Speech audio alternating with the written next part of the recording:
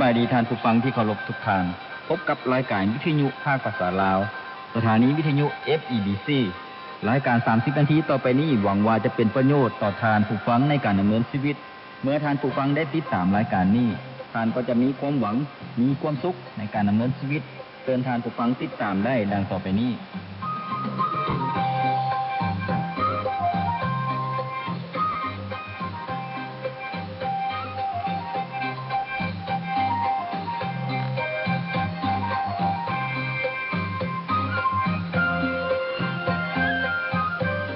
สวัสดีท่านผู้ฟังที่รักแพงและเคารพนับถือที่กำลังติดตามรับชมและรับฟังรายการวิทยุภาคภาษาลาว FEBC ของพวกเรากลับมาพบกับดอกหักผู้ดำเนินรายการ